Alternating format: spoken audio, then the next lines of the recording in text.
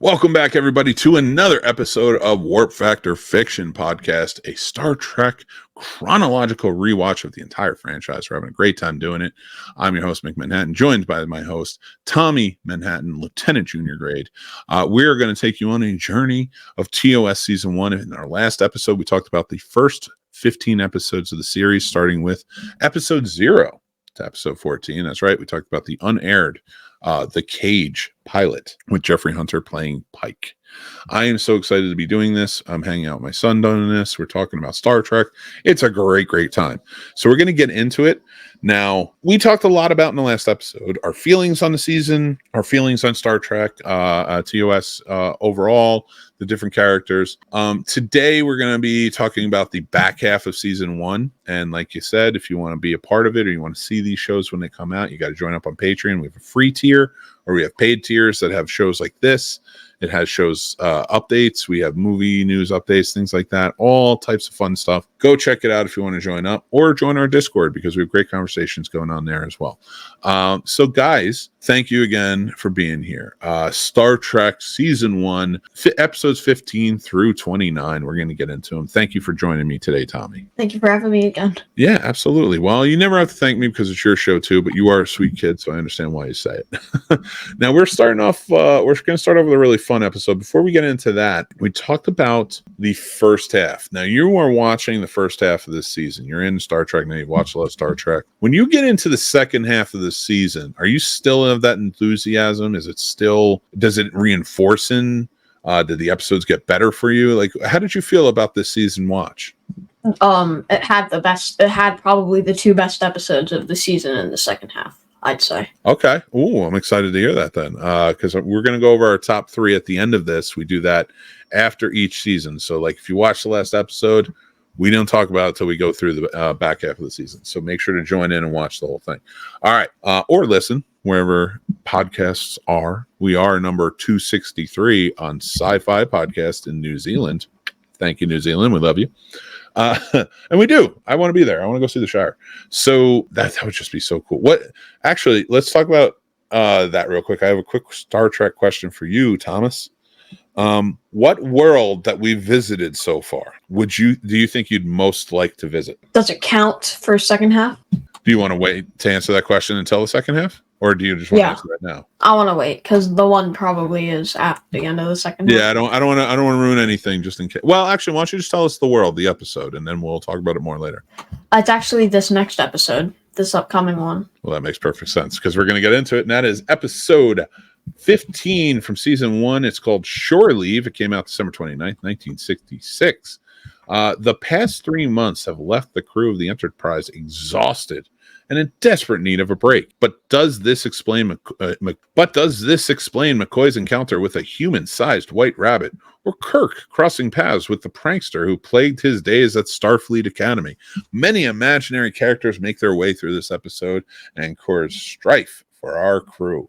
That is right, everybody. We are talking about Shore Leave, that episode. It's a very playful episode, I would call. I never felt like anybody was any true, honest to goodness danger. Not saying there's no dangerous elements or fearful elements, but like it didn't feel like a danger episode like the last one did, you know? I think we needed that though, because there hasn't really been one in this season. Yeah, I like that too, because we do come up on some more very dangerous episodes going forward with some villains that really stand out. So this was a welcomed one for me. What'd you think of this one? It's 100% top 3. It's one of the really best. Yeah. This is a top 3er for you. Wow. Okay, that's cool. I like that. That's different. What makes it a top 3 show for you? Sulu is my favorite character, and I think this is one of the 2 episodes that really show Sulu. Chekhov is my favorite character. I'm saying season 1. Chekhov and Sulu. Not in it.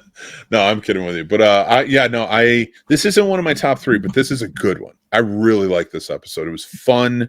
I think we needed it after the first 14, 15 episodes. And it just added this element of like, okay, we can get light.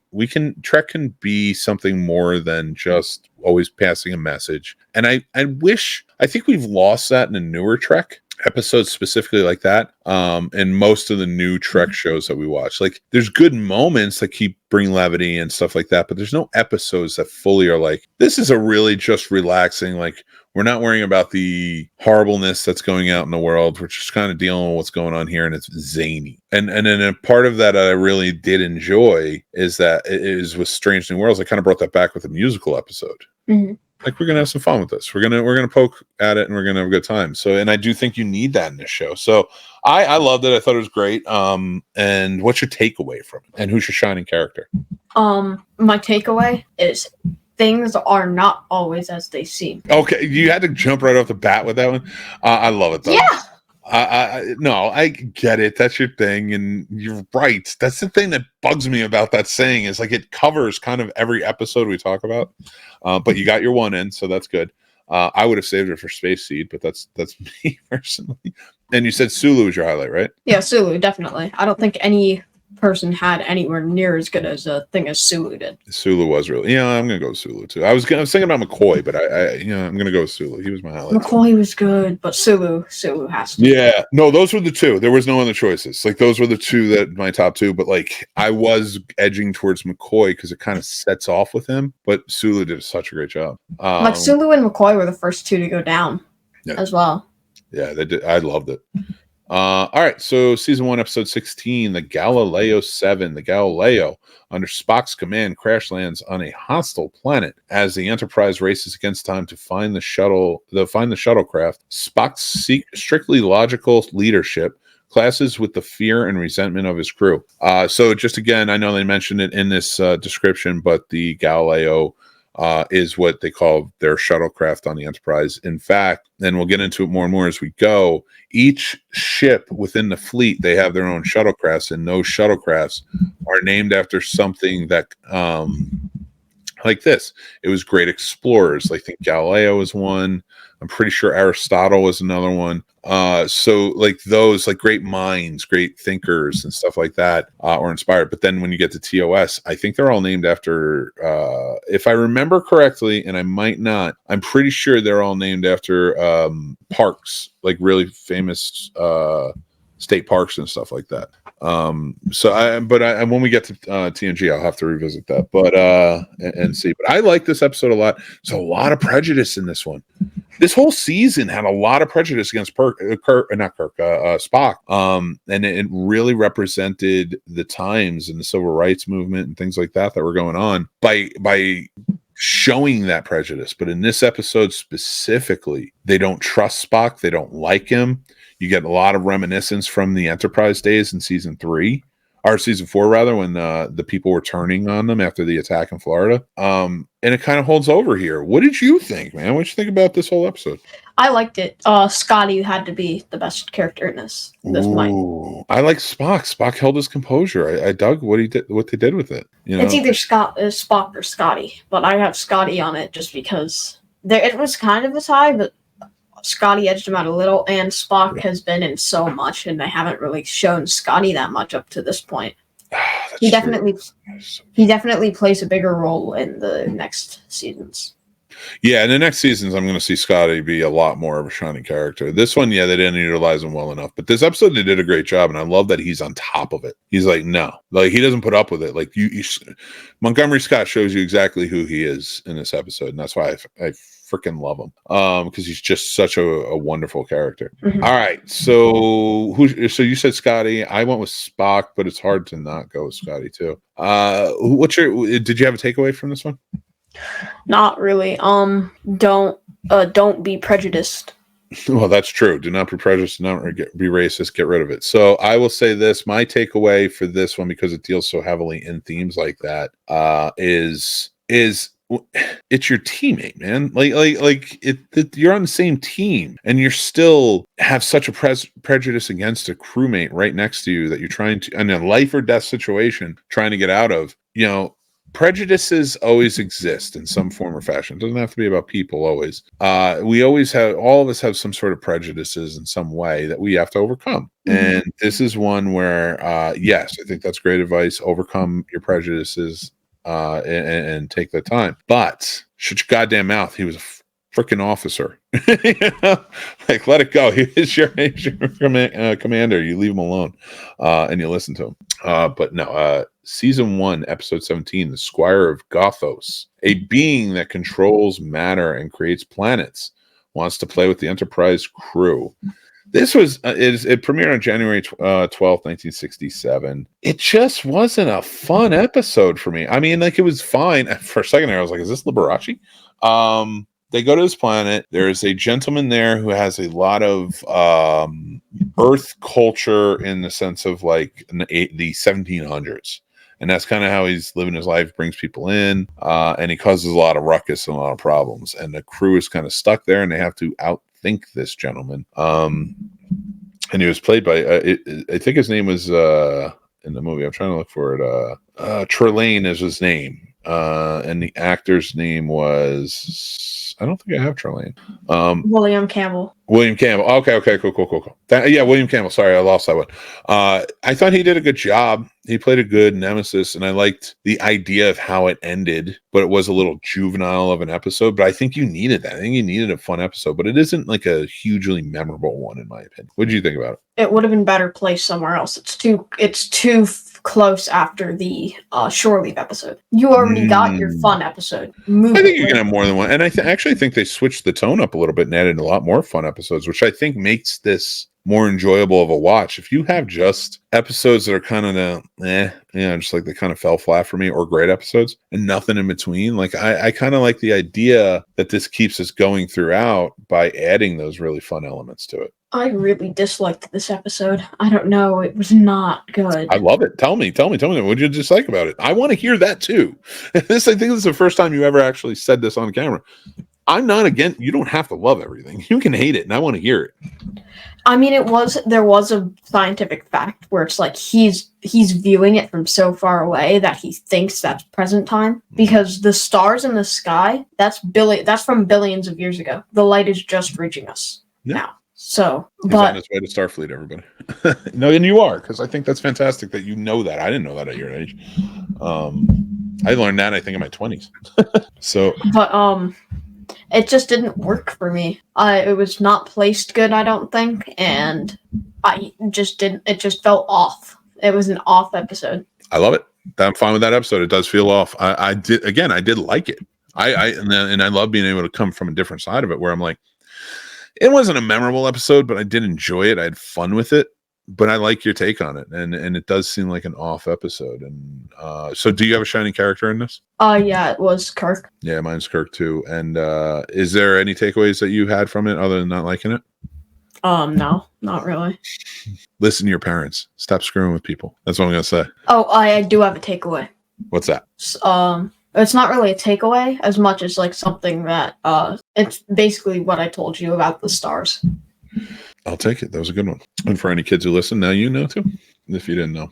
All right. This is a very famous episode coming up. This is Season 1, Episode 18, Arena. For bringing hostility into their solar system, a superior alien race brings Captain Kirk into mortal combat against the reptilian captain of the alien ship he was pursuing, which is actually the Gorn. So this is the famous episode where Captain Kirk and a Gorn square off. It is a very high action-packed episode. I do enjoy it. I liked where it went. I liked how it kind of played out, and I liked the humanity that Kirk showed in it. Kirk, of course, is my shining character in this, but I'd love to know what you think. Kirk is not my shining character. The Gorn captain is my shining character. I'll allow it this time. I liked the whole thing, but I thought they did a good job. It was fun.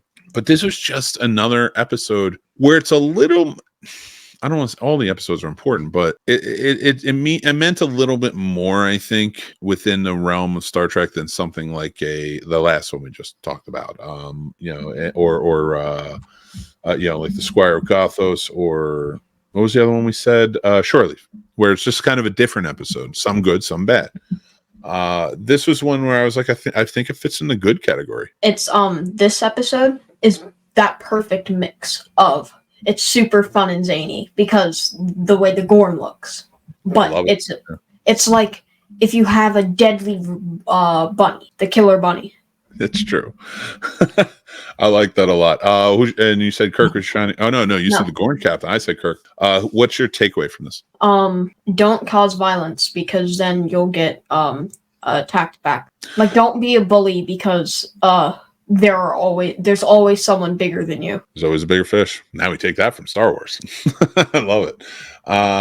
Season 1, episode 19. Tomorrow is yesterday. The Enterprise is thrown back in time to 1960s Earth. It's gonna get wild. This was a fun one because this is like, I think this is that really good mix of like, not zany, but more like fun, but mixed with like, this means something. And there's actually a callback to it in the future, which is fantastic. But and it was a callback from Enterprise, so it's gonna be interesting to see. But what did you think about this? So actually, before we set off, I want to give a little bit more backstory because I don't add enough. They do end up back in time in the 1960s Earth, and they wind up being seen by a pilot, realizing that if they don't take that pilot and try and figure this out, it could change the course of history and really mess things up.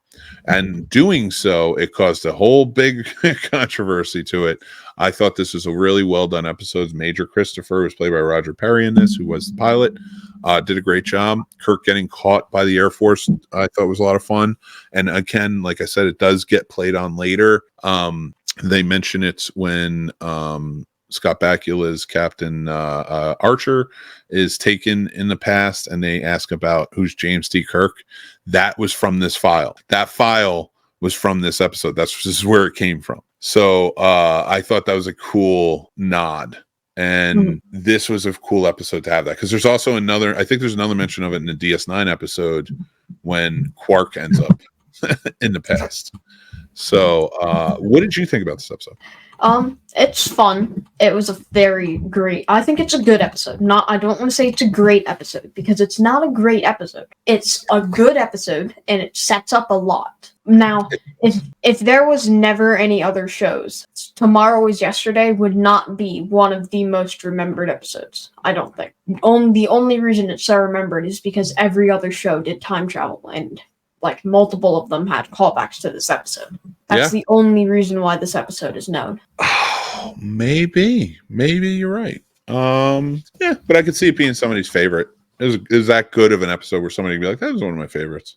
It's not one of mine. It's not one of my top threes, but it was, I thought it was a good one. All right. So we have 9 more left, or actually 10 more technically, but here we go. Episode 20 from season 1, Court Martial, came out February 2nd, 1967. Kirk draws a court martial in the negligent death of a crewman. This was an episode where it was odd at first. Like, I don't love the episodes where like there's court martials. It's not that I don't like seeing it. It adds a lot of flavor to what we're building here without, as fans watching and what the cast and crew were doing. This was one where I was just kind of like, I was like, really? I was like, I mean, everything Kirk's done, and this dude's already on court martial. Like, I feel like they go to court martial really fast for Kirk. Yeah, like, they jump on really fast for it. And it's like, I'm not saying like, but never for like the prime directive. Like, he's a space traveler and the guy died. Now, I'm not saying there shouldn't be a question, but a court martial, like it was an episode that I didn't like that much. I was like, this isn't that fun. Like, I like the adventure side to it, and I do realize you got to have the sort of reserved side, but this was one where it was like, like, honestly, we know Kirk's being framed, and there's like this whole thing to it, and it doesn't stand out for me. I didn't enjoy it. What about you? It wasn't a great episode. There are so many things I could say. I'm not going to, but there are some good, some bad. But I feel like the court martial, I don't think was done as well as it usually is. I mean, in this one, there is a trifecta, I think, triumvirate as the 3 judges, which it was in Strange New Worlds when number 1 was getting. But in Menagerie, that was not a thing. It was like a council. Well, I think they had the council because it depends on where you do it. So if you're on a ship doing it, it's whoever's available to help. Because you can't he was the captain, or like the first officer and the captain, there's not much higher. So how do you have a trial? You know what I mean? So you first off sort of makes sense, but if he's a witness, he can't be on there. But I see what you're saying. Like I don't think you're right. I don't even know why I'm arguing that. Like they didn't have it down, and I feel like that's something you should have probably figured out because this is the third court-martial episode. Mm-hmm. Although two of them were connected. Yeah, well, yeah. I mean, they are connected, but like at the same time, like you get this full court-martial sort of feel to it, and I don't know. This one just didn't hit for me, and the fact that it's called court-martial. Let's jump on to season 1, episode 21, The Return of the Archons, February 9th, 1967. Seeking the answer to a century-old mystery, Kirk and crew encounter a vacantly peaceful society under 6,000-year autocratic rule that kills all those it can't absorb. This was just not a memorable episode for me. I mean, I liked how it opened up. It had a really good opening where they go down and like everybody's sort of peaceful, and then like the bell hits and like it's just like chaos everywhere. Mm-hmm. I like the element of that, but then it just kind of turned into this weird Scooby-Doo type episode of like, we got to figure out who it is. And granted, all episodes are like that. We have to figure out the problem. But this one just didn't seem like there was good footing for everybody. I mean, Kirk was fine. I think he'd probably be my shining star, but that's because this episode just didn't shine for me. What about you? What'd you think? Yeah, Kirk was it. It was not a good episode. It really wasn't. There weren't much good other than the opening. I'm going to tell you, I have a hard time. Like, I like the adventurous ones, and I don't mind when you kind of see, but I think I'm noticing a pattern that I'm not a huge fan of these episodes that go to different planets, but it's Earth-like, but a very long time ago. Because I like the 60s episode. I thought that was really good. I didn't mind the going back in time and dealing with things. It's you're on a different planet, and they're all dressed like it's the 1800s. Acting like it's the 1960s and killing, and it's the Purge. It was just like it could have been a better episode, and that's why I think I liked the start. But then where it went, I was like, I'm just not into it, Yeah. But I'm very into this next one. It's actually might be my number one. It might be my number one. And that is season 1, episode 22, Space Seed, February 16th, 1967. Widely famous, before I start reading about it, widely famous for its connection to probably, if not the best, one of the 2 best Star Trek movies of all time. And just as a movie, is a fantastic movie, The Wrath of Khan. And the reason that is because while on a patrol in deep space, Captain Kirk and his crew find and revive a genetically engineered world conqueror named Khan and his compatriots from Earth's 20th century. This is where we are introduced to Khan. We're introduced to the idea of what the eugenics wars was. We are introduced to the idea of what the genetically enhanced people were doing in control of everyone. I thought this is such a great episode. And the fact that would it be a great episode on its own is often when I ask myself, if there was no Wrath of Khan, would this still be a great episode? And I always land on yes. What do you say about it? It would. There was something that I looked into because I wanted to see what a Sikh was, because Marla investigated saying, he's probably a Sikh, but I don't know what a Sikh was at that point. And it's not an ethnicity. It's a culture. It's actually, I believe it's pronounced Sikh. Sikh. It's the way, yeah, and I like how you say that, but it's often found in, I believe, India, or in that element of Asia. Yeah, it's I believe it's like a religion or something, and they said probably a Sikh. It's a religion, and that was just kind of something that I took as being racist because I didn't have the time to look up. Honestly, yeah, it's not. I wouldn't say it's racist. Sikhism and Hinduism are like the 2. Like, I'm sure you've heard of Hinduism, right? Mm-hmm. Now, I'm not going to speak to the religions because I'm not going to act like I'm an authority on it. I'm not. But I've known Indian people who are Indian who identify as Sikh or Hindu. I realize from my talks that I believe it's more about it's a religion thing, like that's sort of 2 different versions of religion, kind of like we have different forms of Christianity here and such. I don't think it was meant to be racially motivated, like derogatory, like, yeah, he must be a Sikh or something.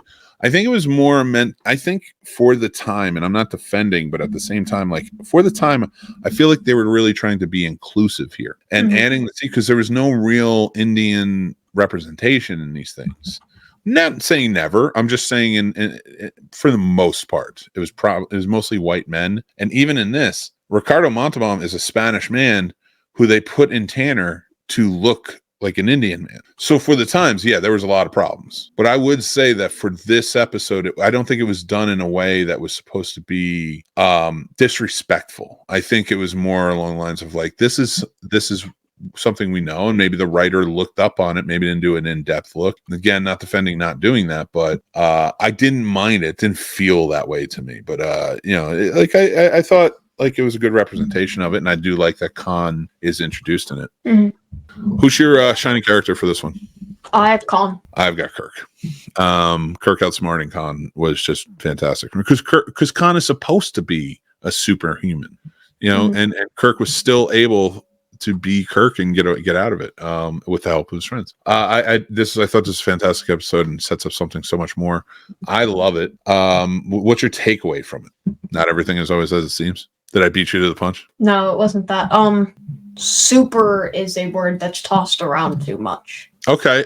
Yes, I like that. I'm going to add a takeaway to that and say that if we, in this sense, I would say our past can come back to haunt us, but it doesn't mean that it can overcome us, is what I'm going to go with. So, the genetics coming back and also, but the reason I say it didn't overcome us isn't that Kirk beat them back. It's that even when we get to Wrath of Khan, and we will when we do a review of it and where they end up and how things kind of play out, Kirk still showed compassion. He said, like, you're getting, like, I want you to live. I don't want to kill you. I don't believe in that. But your problem. So we're going to give you this planet, but it's up to you to make for what you're going to do. Mm-hmm. That's why when we get to Wrath of Khan, I'm like, why is he so pissed? He's like, he kind of knew what he was getting. But I do love this episode. All right, let's go on. Season 1, episode 23. A taste of Armageddon. Kirk and Spock must save the cruise ship when they are declared all killed in action in a bizarre computer-simulated war where the actual deaths must nevertheless occur. The AI episode of this was all right. I didn't love it. It just felt like they were, and if anything, it shouts even louder what they were trying to do with Section 31 and Discovery with that AI and other elements of AI and why we don't use it and why it's such a problem, which is ironic to today's times. It's actually kind of way ahead of its time. What about you? What did you think of it? It was not great. I didn't like this episode. It felt just different. Yeah. But not in a good way. It felt like for a show about a spaceship that's traveling through space and exploring, it felt like an anti-technology message. Mm-hmm. And so for that, I'm going to say my takeaway on this is if you're going to use ChatGPT, that's fine, but don't overuse ChatGPT. It might come back to get you. So what's your takeaway from this? AI isn't always good. Wait till you watch Terminator. All right, season 1, episode 24, This Side of Paradise. It was March 2nd, 1967, and it was the Enterprise investigates a planet whose colonists should be dead but are not. This is like this was like a poorer version of Shore Leave. I didn't like this episode. It was boring. I don't mind the Paradise episodes when they're out, like, because actually when we get to one I really did enjoy, and I think it was the end of season 2, or maybe even season 3. There's another episode where Paradise comes into play, and I think it's a great episode, and we'll get to that when we get there. But this one was like a poor episode. This is actually, I'd say this is probably like the poorest episode in the season for me personally. What'd you think? I didn't like this. It was not good. I don't think it's the worst episode. Squire of Gothos, that was for me. See, I enjoyed that more. Definitely more than this one, but I get that. Who's your shining character in this? Still Kirk. I mean, I'm going to go with Spock, but I'm going to go with Spock because it was so different. I really appreciated his acting in it. We got a really good, different version from him. When he would break out from that and show more human emotion on the show, I always appreciate it. So I'm going to give him the shining on this one. But I like your choice on your take on that. Do you have a takeaway from this episode? Paradise isn't exactly what it says it is. It seems. So you gotta get a ring light on you. You're like my other buddy Paul. Like, you're just too dark. We gotta see your face. All right, season 1, episode 25. We're almost at the end here. The Devil in the Dark. The Enterprise is sent to a mining colony that is being terrorized by a mysterious monster, only to find that the situation is not that simple. Another episode was good. It was like a good episode. Like I didn't mind it, but like it's just baseline. I didn't love it either. Like there's nothing major about it. Spock's my shining character in it, though. I thought he did a really fantastic job. What did you think? Spock was good, but yeah, Spock was definitely good. I didn't like it, but Spock was the best. No one else really had a good role. It's so weird as we go on with these two, and like because I didn't rate them as I was going. I was just keeping notes of like what I liked, what I didn't like, and stuff like that. Because I don't want to rate the shows, because I do think if you're going to watch it, you should watch them all. And I do think that every episode in this, even like the last one, on me saying that I thought it was bad for the season, I'd still watch it again if it was on, like, because you're still getting good acting and it's good tale. Like, I think the season 1 is very solid. Season 2 is very closely solid as well. Did you have a takeaway from this episode? This one really is. Things aren't always as they seem, because people were like, "Oh, this thing's a monster," but it's just trying to keep itself alive. Yeah, I mean, and I like that. It's like, the idea of with this monster trying to keep themselves alive. I wouldn't even say it always as they seem, because that's you're right, it works, but even more so is like, maybe take a step, take a moment before you're ready to attack. Yes, maybe it's killing, but why? You trap a bear somewhere, it's gonna fight, it's gonna kill. So let's ask why. But if you let it go, it might leave you alone. So let's move on to the next one. We're almost at the end here. Season 1, episode 26, Errand of Mercy. With a war with the Klingons raging, Kirk and Spock attempt to resist an occupation of a planet with incomprehensibly placid natives. Yes, these are often thought of as a very peaceful species. They go down there. They're at war. They're trying to figure out what happens, and Kirk suspects that a Klingon who is present is the one that's providing all of these new weapons that they shouldn't have. They're not quite ready for, like the muskets and such, and it's causing a problem. So, I thought this was a good episode. I like this episode quite a bit, actually. I really liked how it played against the Klingons, introduced some more, and played on war quite a bit. What did you think? It was good. It wasn't a highlight. It wasn't really close to being a highlight. It might have been top 10, but there were like 4 episodes that were just away from everything else. Nothing else could reach those. It was good. Top 10, probably not top 5. Sure. Maybe like 6 or 7. I like it. I like that. I would put this in my top 10. You're right, but it's not in my top 3 for sure. So let's get to the next episode, which is season 1, episode 27, The Alternative Factor, and that aired on March 30th, 1967. Existence itself comes under threat from a man's power struggle with his alternate self, with the Enterprise's strained lithium crystals presenting his key to a final solution. This episode is so unmemorable to me. I forgot that he had a double when I just read that. I was like, that's right, he is fighting with himself. It's like 2 split versions. Like, I was like, this episode, to go from the episode we just had, like, because this might be one of the contenders for worst episode of the season for me. I did not like this episode. Now, people have, this is apparently the lowest rated on IMDb. It shouldn't be. It's not great. It's not good. It's not a good episode, but it's not in the bottom 3. It's better than people give it credit for. I really want to hear your bottom 3 when we tell our top 3 too, because I don't know what my bottom 3 are. I didn't put a list together, but you seemingly have some stuff, so I want to talk about that. No, I don't exactly one, but I just know that this one's not in it.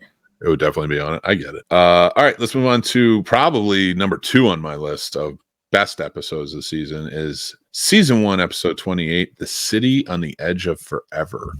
Very famous episode, April 6th, 1967, when a temporarily insane Dr. McCoy accidentally changes history and destroys his time. Kirk and Spock follow him to prevent the disaster, but the price to do so is high. It is a high price. Now, this is another time travel episode back to, I believe it was the 30s, maybe even like 1940. It was before we entered the war. I know that. I did enjoy where it was kind of going.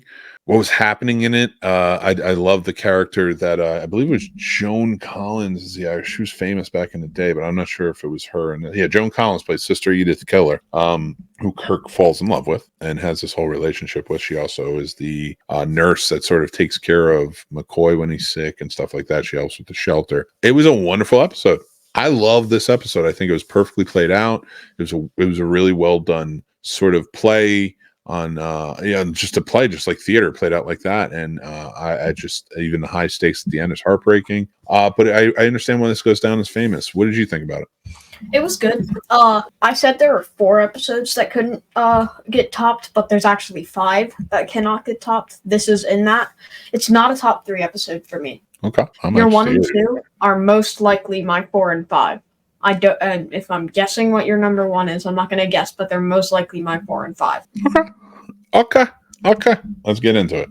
Let's finish up because I want to hear your top 3, and I'll announce mine. But we have one more episode to go. This is season 1, episode 29, Operation Annihilate. It premiered on April 13th, 1967. This was the season finale of season 1. The Enterprise crew attempts to stop a plague of amoeba-like creatures from possessing human hosts and spreading throughout the galaxy. This is a really fun one. I wouldn't go down as one of my tops of the season, but it would be in my top 10. This was a fun episode. There was a cool, creature-like villain causing problems. They had to think their way out. The crew really came together on it. I just enjoyed this throughout. I thought this was a great season finale, too. What did you think? It was definitely, it's for the perfect episode for finale. Not in my top 5. Top 10, definitely. It's the perfect for the finale. I don't think any other episode could have done as well. Yeah, and you know what screws me up? You know what screws me up when I watch this? Wait, cut that back. I want you to say that again because I overstepped your line. So wait 5 seconds and then say what you're going to say and I'll keep my mouth shut. Okay. So it's the perfect episode for the season finale. It's not in my top 5, top 10, 100% easily, but no episode could do as well for a season finale. There are great episodes, they would not work for the season finale. Space Seed would, Operation Annihilate wouldn't, but this did. This couldn't have gotten placed any better. Yeah, you know what makes me sad about it though, especially after watching Strange New Worlds, is that Sam dies in it. Kirk's brother. Off screen, you don't even. Yeah, he dies in it. You don't even see him die. Like they mentioned, he dies in that attack with the amoebas. The sister lives and the child live, but he dies. So the fact that we get introduced to Sam Kirk 15 years earlier, and we know his fate, it makes it all a little bit sadder because you like Sam Kirk in Strange New Worlds. But I did like how it all played out. Yeah, I thought that was a very solid episode. My shining star for it is Spock, although Kirk was great too. McCoy was really good too. Who's your shining character? Kirk. Nice. And do you have a takeaway from this episode or the season? No. No, I don't have one for the episode. I do for the season. I swear to God. This is the takeaway that I had. They're never going to come back. You're never going to come back. You're going to lose all your followers saying it right now. No, I'm kidding. What? I'm kidding. That's not going to happen. Even if it does, who cares? We're having fun, right? And my takeaway is Kirk is the 3rd best captain. It's not inspirational, but it's just like a takeaway that I had from this. That's a takeaway. It doesn't need to be inspirational. I don't mind. You could say I really like this phaser over everybody else's, and that's your takeaway. I don't care. It's a takeaway. That's cool with me. You can be something simple too.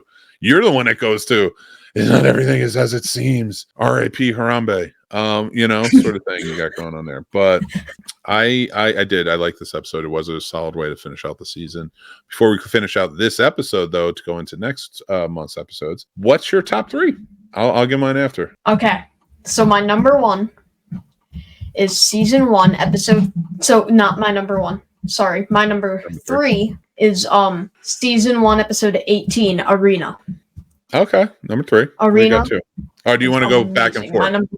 You want to go back? Now you do number. Yeah. I'll do my number 3 then. So my number 3 for the season. Arena was great, by the way.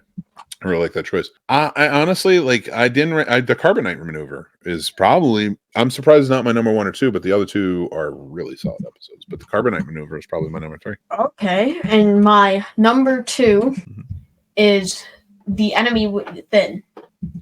Season 1, episode 5. That's a good one. That's a really good episode. I like that. You went with that too, because like even splitting them up, like it was just a solid episode. I didn't love it, but it was a solid episode. Like it was a good track. It was good track. Say at least some good acting in it and such. But I like that choice.